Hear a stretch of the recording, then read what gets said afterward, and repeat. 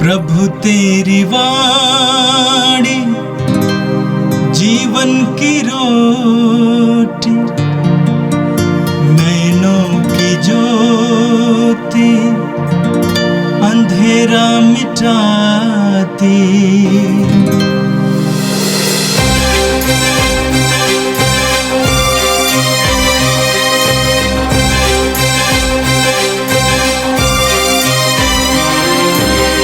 प्रभु तेरी वाणी जीवन की रोटी, नैनों की ज्योति अंधेरा मिटाती। प्रभु तेरी वाणी जीवन की रोटी, नैनों की ज्योति अंधेरा मिटाती। वाणी वाणी वाणी वाणी वाणी पवित्र है, शाश्वत है, जीवन का मन्ना है। 5 मई शुक्रवार। पहला पाठ प्रेरित चरित्र अध्याय 13 पद संख्याएँ 26 से 33 तक। पिसिदिया के अंतकिया पहुंचकर पौलुस ने सभागृह में यह कहा, भाइयों, इब्राहिम के वंशजों और यहाँ उपस्थित ईश्वर के भक्तों, मुक्ति का यह संदेश हम सबों के पास भेजा गया है। यरूशलेम के निवासियों तथा उनके शासकों ने यीशु को नहीं पहचाना। उन्हें दंडाज्ञा दिलाकर उन्होंने अनजाने ही नबियों के वे कथन पूरे कर दिए जो प्रत्येक विश्राम दिवस को पढ़कर सुनाए जाते हैं। उन्हें प्राणदंड के योग्य कोई दोष उनमें नहीं मिला। फिर भी उन्होंने पिलातुस से अनुरोध किया कि उनका वध किया जाए। उन्होंने उनके विषय में जो कुछ लिखा है सब पूरा कर उन्हें क्रूस के काट से उतारा और कब्र में रख दिया। ईश्वर ने उन्हें तीसरे दिन मृतकों में से पुनर्जीवित किया और वह बहुत दिनों तक कुछ लोगों को दर्शन देते रहे जो उनके साथ गलीलिया से यरूशलेम आए थे। वे ही अब जनता के सामने उनके साक्षी है। हम आप लोगों को यह सुसमाचार सुनाते हैं कि ईश्वर ने हमारे पूर्वजों से जो प्रतिज्ञा की थी उसे उनकी संतति के लिए अतः हमारे लिए पूरा किया है। उसने यीशु को पुनर्जीवित किया, जैसा कि द्वितीय स्रोत में लिखा है, तुम मेरे पुत्र हो, आज मैंने तुमको उत्पन्न किया है। यह प्रभु की वाणी है। संत योहन के अनुसार पवित्र सुसमाचार अध्याय 14 वाक्य 1 से 6 तक। यीशु ने कहा, तुम्हारा जी घबराए नहीं, ईश्वर में विश्वास करो और मुझ में भी विश्वास करो। मेरे पिता के यहाँ बहुत से निवास स्थान हैं। यदि ऐसा नहीं होता तो मैं तुम्हें बता देता, क्योंकि मैं तुम्हारे लिए स्थान का प्रबंध करने जाता हूं। मैं वहां जाकर तुम्हारे लिए स्थान का प्रबंध करने के बाद फिर आऊंगा और तुम्हें अपने यहाँ ले जाऊंगा, जिससे जहां मैं हूं वहां तुम भी रहो। मैं जहां जा रहा हूं तुम वहां का मार्ग जानते हो। थॉमस ने उनसे कहा, प्रभु, हम ये भी नहीं जानते कि आप कहां जा रहे हैं, तो वहां का मार्ग कैसे जान सकते हैं? ईसा ने उससे कहा, मार्ग, सत्य और जीवन मैं हूं। मुझसे होकर गए बिना कोई पिता के पास नहीं आ सकता। ये प्रभु का दिव्य सुसमाचार है। ख्रिस्त प्रभु की जय। मेरे प्रिय भाई और बहनों, आज का पहला पाठ प्रेरित चरित्र की अध्याय 13 से लिया गया था। हम प्रेरित चरित्र की अध्याय 4 उसके वाक्य 20 में पढ़ते हैं, पेतरुस धर्मगुरुओं के सामने एक बहुत बड़ी घोषणा करते हैं, और वो घोषणा यह है, हमने जो सुना और देखा है उसके विषय में ना कहना हमारे लिए असंभव है। वास्तव में पूरे प्रेरित चरित्र में हम इसी को ही देख सकते हैं। जितने भी लोगों ने यीशु के सुसमाचार को सुना, वे यीशु के सुसमाचार के वाहक वाहिकाएं बन जाते हैं।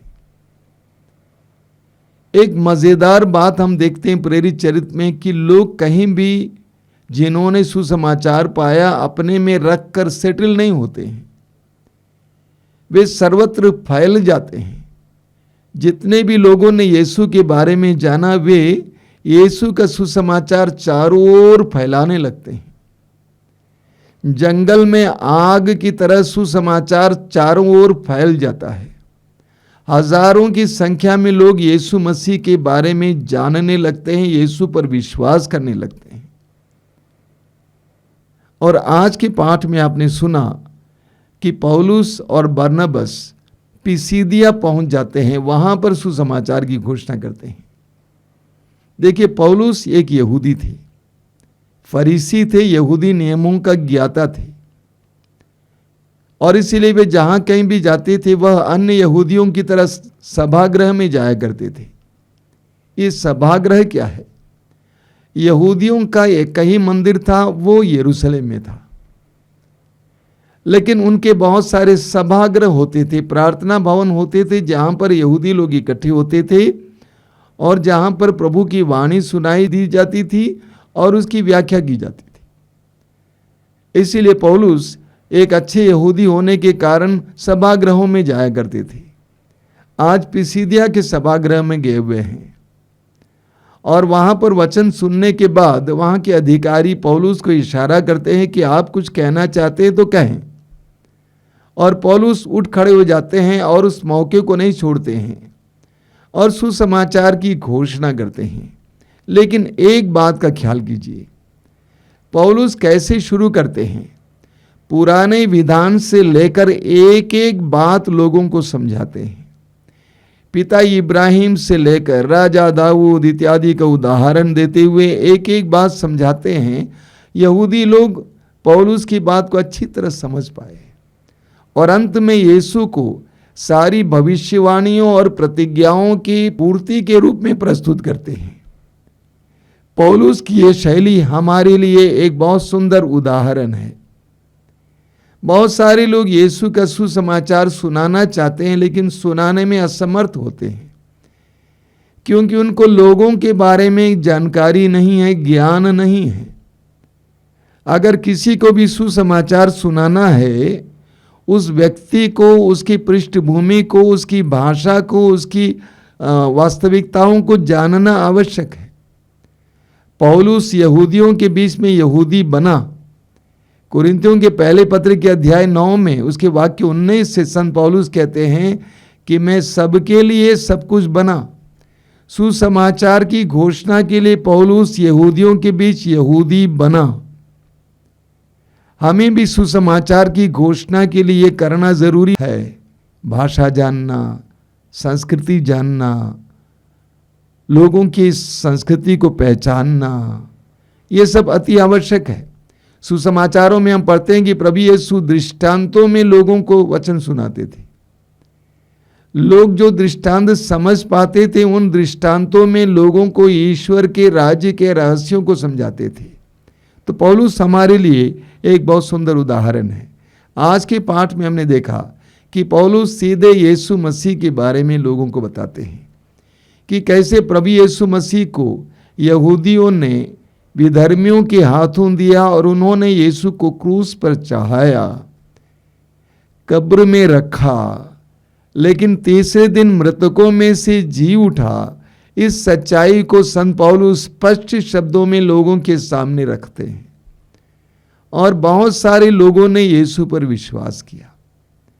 आज भी जो प्रभु यीशु मसीह पर विश्वास करते हैं, प्रभु यीशु मसीह पर विश्वास करते हुए प्रभु यीशु मसीह को अपनाते हैं, उनको मुक्ति मिल जाती है, उनको उद्धार मिल जाता है, उनको ईश्वरीय सामर्थ्य मिल जाता है। योहन के सुसमाचार के अध्याय 1 वाक्य 12 में योहन कहते हैं, जितनों ने उसे अपनाया और जो उसके नाम में विश्वास करते हैं उन सब को उसने ईश्वर की संतति बनने का अधिकार दिया है। यीशु पर विश्वास के द्वारा हमें ईश्वर की संतान का सामर्थ्य प्राप्त होता है। पौलुस सुसमाचार की घोषणा के लिए हमारे लिए एक सुंदर उदाहरण है। और आज का सुसमाचार योहन के सुसमाचार की अध्याय 14 से लिया गया था। आज के सुसमाचार को समझने के लिए हमें ये जानना जरूरी है कि प्रभु ने ये सारी बातें कब कही हैं। प्रभु ने ये सारी बातें अपने अंतिम ब्यालों के दौरान कही हैं। अंतिम भोज के दौरान अपने शिष्यों के साथ भोजन करने के बाद प्रभु ने बहुत सारी गहरी बातें उन्हें समझाई। प्रभु ने अपने दुख भोग के बारे में उनसे कहा। शिष्य घबरा गए थे, शिष्यों में शोक फैल गया था, उदास हो गए थे। तब प्रभु ने कहा, आज के सुसमाचार में आपने सुना, प्रभु ने कहा तुम्हारा जी घबराए नहीं, ईश्वर में विश्वास करो और मुझ में भी विश्वास करो। शिष्य घबराए हुए थे, प्रभु कहते हैं तुम्हारा जी घबराए नहीं, ईश्वर में विश्वास करो और मुझ में भी विश्वास करो। ये हम सबके लिए प्रभु की ओर से एक सुंदर संदेश है। हमारे जीवन में भी घबराने वाली परिस्थितियां आती हैं। ऐसी परिस्थितियां जब हम घबरा जाते हैं, हम अपने में नहीं होते हैं, हम नहीं समझ पाते कि हमें क्या करना पड़ेगा, क्या करना होगा, हमारे दिल में उदासी छा जाती है। उन सारे क्षणों में प्रभु कहते हैं तुम्हारा जी घबराए नहीं, ईश्वर में विश्वास करो और मुझ में भी विश्वास करो। जीवन की कठिन परिस्थितियों में प्रभु के इस वचनों को याद करना चाहिए। उन सारी परिस्थितियों में प्रभु के इस वचन को दोहराना चाहिए। तुम्हारा जी घबराए नहीं, ईश्वर में विश्वास करो और मुझ में भी विश्वास करो। आगे प्रभु यीशु अपने शिष्यों को समझाते हैं। उनकी शिक्षा कभी कभी लगता है कि बहुत सरल है। प्रभु कहते हैं मेरे पिता के यहाँ बहुत से निवास स्थान हैं, यदि ऐसा नहीं होता तो मैं तुम्हें बता देता, क्योंकि मैं तुम्हारे लिए स्थान का प्रबंध करने जाता हूं। कभी कभी हमें ऐसा लगता है कि इतनी हल्की बात, जैसे बच्चों को समझाते हैं उसी तरह यीशु शिष्यों को समझाते हैं। सचमुच शिष्य बच्चों की तरह थे, दुर्बल थे, कमजोर थे, प्रभु की बातों को समझ नहीं पा रहे थे। इसीलिए जिस तरह बच्चों को समझाया जाता उसी तरह प्रभु शिष्यों को समझाते हैं। कहते हैं मेरे पिता के यहां बहुत से निवास स्थान है। एक बहुत ही प्रतीकात्मक शिक्षा है। प्रभु ये बताना चाहते हैं कि मेरे पिता के हृदय में तुम्हारे लिए बहुत स्थान है। मेरे पिता के हृदय में सबके लिए स्थान है। मेरा पिता का हृदय सबके लिए खुला है। आगे प्रभु कहते हैं कि मैं वहां जाकर तुम्हारे लिए स्थान का प्रबंध करने के बाद फिर आऊंगा और तुम्हें अपने यहां ले जाऊंगा, जिससे जहां मैं हूं वहां तुम भी रहो। प्रभु कहते हैं कि मैं तुम्हारे लिए स्थान का प्रबंध करने जा रहा हूं और तुम्हें भी अपने साथ ले चलना चाहता हूं। प्रभु हमें कहां ले चलना चाहते हैं? ईश्वर के सानिध्य में। प्रभु यीशु कहां हैं? रोमियों के पत्र के अध्याय 8 वाक्य 34 में हम पढ़ते हैं कि वो पिता के दाहिने विराजमान है। ये प्रभु की इच्छा है कि हम भी वहीं रहे जहां प्रभु हैं। ये प्रभु की इच्छा है कि हमारा विनाश ना हो, बल्कि हम भी अनंत जीवन के सहभागी बने, हम भी प्रभु के सानिध्य तक पहुंच सके।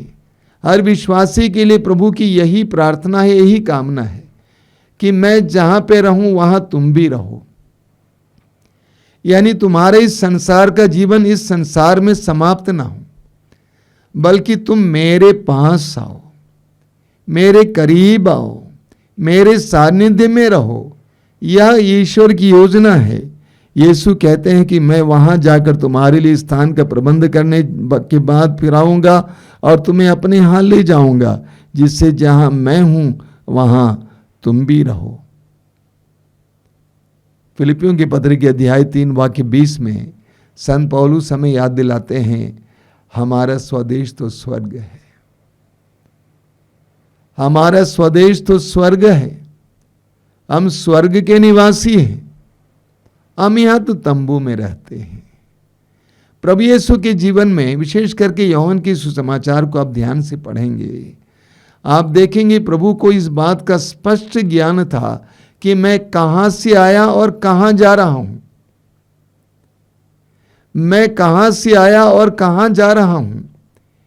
एक मसीही, एक सच्चे विश्वासी को भी एक ज्ञान होना जरूरी है कि मैं कहां से आया और मैं कहां जा रहा हूं। हमारे मन में यह दिशा का ज्ञान होना चाहिए। मैं पिता से आया और मुझे पिता के पास जाना ही है। मुझे विनष्ट नहीं होना है, मुझे बर्बाद नहीं होना है, मुझे पिता के यहाँ जाना है। प्रभु ने अपने शिष्यों से कहा, मैं जहाँ जा रहा हूँ तुम वहाँ का मार्ग जानते हो। थॉमस ने उनसे कहा, प्रभु हम ये भी नहीं जानते कि आप कहाँ जा रहे हैं, तो वहाँ का मार्ग कैसे जान सकते हैं।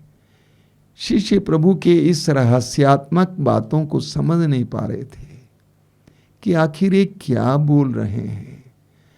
वे मानुषिक दृष्टिकोण से देख रहे थे, सुन रहे थे, और इसीलिए वे प्रभु की बात को समझ नहीं पाए। प्रभु ने वाक्य 6 में कहा, मार्ग, सत्य और जीवन मैं हूं, मुझसे होकर गए बिना कोई पिता के पास नहीं जा सकता। यीशु पिता के पास जा रहे हैं, यीशु कहते हैं, और पिता का मार्ग मैं हूं। तुम आंख मूंद कर मेरा अनुसरण कर सकते हो। मैं ही मार्ग हूं, मैं ही स्वर्ग का मार्ग हूं। जिसको यीशु मिला उसको स्वर्ग का रास्ता मिला, स्वर्ग का मार्ग मिला। जिसको यीशु मिला उसको स्वर्ग का सत्य मिला, ज्ञान मिला। जिसको यीशु मिला उसको स्वर्ग का जीवन मिला, स्वर्गिक जीवन मिला। मेरे प्रिय विश्वासी भाई और बहनों, मसीह भाई और बहनों, यीशु के वचन बहुत गहरे हैं। हम इन पर मनन करें। प्रभु यीशु इस संसार में क्या के लिए आए, इसके बारे में यूहन्ना के सुसमाचार के अध्याय 3 वाक्य 16 में हम पढ़ते हैं। वहाँ पे लिखा हुआ है, ईश्वर ने संसार से इतना प्यार किया कि उसने उसके लिए अपने एकलौते पुत्र को अर्पित किया, जिससे जो भी उसमें विश्वास करे उसका सर्वनाश न हो, बल्कि उसे अनंत जीवन मिले। यीशु हमारे लिए अनंत जीवन का मार्ग प्रशस्त करने आए, खोलने आए, ताकि हम यीशु के पीछे पीछे चल के अनंत जीवन में प्रवेश कर सकें, स्वर्ग के वासी बन सकें। आइए हम प्रार्थना करें। प्रभु यीशु, धन्यवाद देते हैं आज के सुंदर वचनों के लिए। हम तुझसे प्रार्थना करते हैं, उन वचनों को गहराई से समझने के लिए हमें कृपा दीजिए। हमें इस बात का ज्ञान दीजिए कि हम कहाँ से आए और हमें कहाँ जाना है। हमारे जीवन में हमें एक सही और सच्ची दिशा मिले। प्रभु यीशु, इन वचनों को सुनने वाले मेरे भाई बहनों को आशीर्वाद देना। वे जहाँ कहीं भी हो इस समय, उन पर तेरी आशीष का हाथ हो। हमारी प्रार्थना को ग्रहण कर, आमीन। प्रभु तेरी वाणी जीवन की रोटी, नैनों की ज्योति अंधेरा मिटाती। वाणी वाणी वाणी वाणी वाणी पवित्र है, शाश्वत है, जीवन का